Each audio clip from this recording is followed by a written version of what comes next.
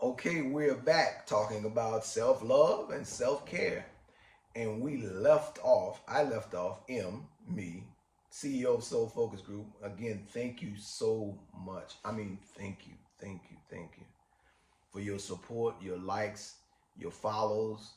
And I want to continue to encourage you to join on this movement, the Soul Focus movement, moving from being focused on ego to changing our focus to soul. Now, soul, I believe, is the full force of who we are. It is every aspect of us being brought to the table in every moment. So when we show up as soul, we are never identically the same because soul is always growing and evolving in every moment. And so how we express ourselves is different in every moment. Yet it is authentic in every moment because soul is about accurate representation. So what is self? When we talk about self-love and self-care, we are talking about self as a representation or representative of soul. So self is what people interact with in the world, and that self is like our lawyer. Imagine you got to go to court and you need a lawyer. Your lawyer represents you in the court of law. All right, it's a good analogy. Self represents soul in the court of life.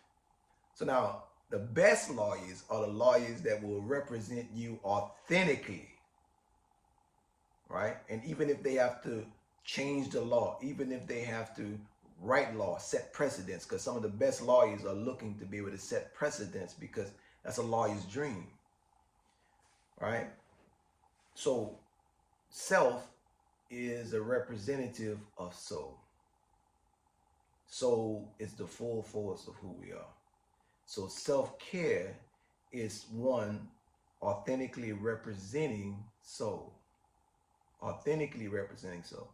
So if you're going to authentically represent soul, you need to understand what soul needs, right? Or the realities of what soul is in terms of what I consider the 5 realities of soul, that the self is being held responsible for accurately representing to other people. Now, you don't have to believe any of this stuff I'm telling you, but if you follow it naturally, you will see the natural thread because it's mathematical and universal. Everything that is true is mathematical and universal.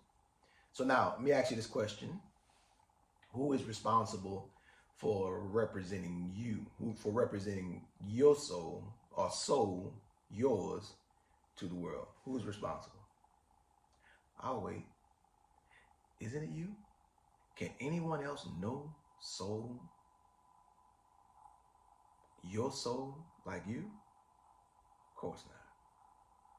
So it's because you are the soul that is known, that self is representing. It is on yourself to accurately represent your soul. And I don't like using these terms, but we've created these terms in our pulling ourselves apart and putting ourselves back together again in order to understand who we are.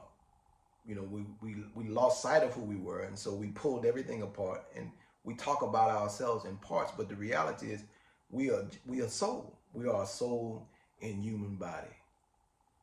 And the human body, let's say it is a part of self, because the mind is also a part of self, and it's all representation of soul. So I want to just use the word soul, but I want you to make sure, I want to make sure that you're not losing scope that self is a representation. So soul, there are 5 realities of soul that must be represented accurately in every moment if we are to practice self-care. Because look, think about what happens. The first reality of soul is feeling. Feeling is the language of soul. So it's our soul. Soul speaks to us through feeling. Now take feeling out of life, and what do you have? You have numb. You have like almost like catatonic. You exist in a state of suspended animation, sort of. The pleasure of life is taken out. The opportunity for love and to really experience the best that life has to offer is taken out of life just by taking out the feeling. So you have feelings, I have feelings. right? Now, who is responsible for accurately representing your feelings? You. You are responsible for accurately representing your feelings. No one else is. No one else has the power even to make you feel any certain way. It is your interpretation of what you hear someone else do that causes the feelings that you feel. Get that? No one is inside of you causing your feelings to turn one way or the other. It is our reaction to, and it is our own creation unconsciously that causes our feelings to be what they are. So, but it is our responsibility to accurately represent our feelings. And don't try to sneak out of it. Don't try to start an argument about this, because the reality is, you know that your feelings are yours. They belong to you. And because they belong to you, it is your responsibility to accurately represent them. And until you learn how to do that consistently and authentically, you are not caring for yourself. Because why I say that? Because if you misrepresent your feelings, you are creating a false path for yourself. You're creating a path of resentment and regret, because what happens as a result of you ignoring your feelings is you end up experiencing pain and hurt. And you've done it enough to know what I'm talking about. If you're in a relationship and you're honest about what you feel and you keep up with your feelings like you are responsible to do, then you will develop a relationship that has a built-in self-care to it, where you're not having to put everybody before yourself in order to care for yourself. In order, you're not putting yourself behind. You have to put your feelings first, because your feelings are vibrationally matched to where you want to be. Let me put it this way.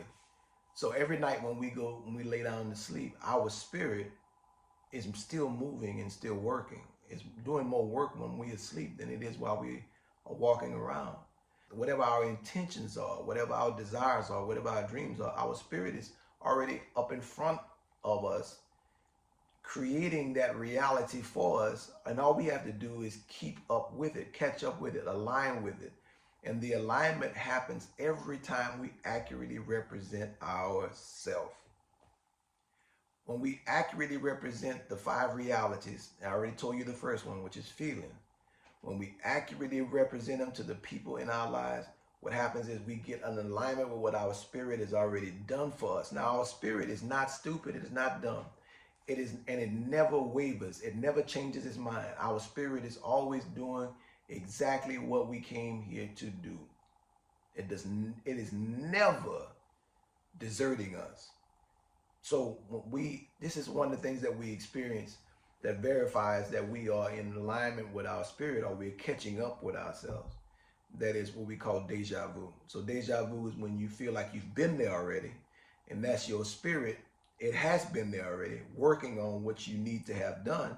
You align with it, and that's the indicator that you are moving in the direction you need to move. Now, if you want to stay in that direction, you got to keep accurately representing your 5 realities.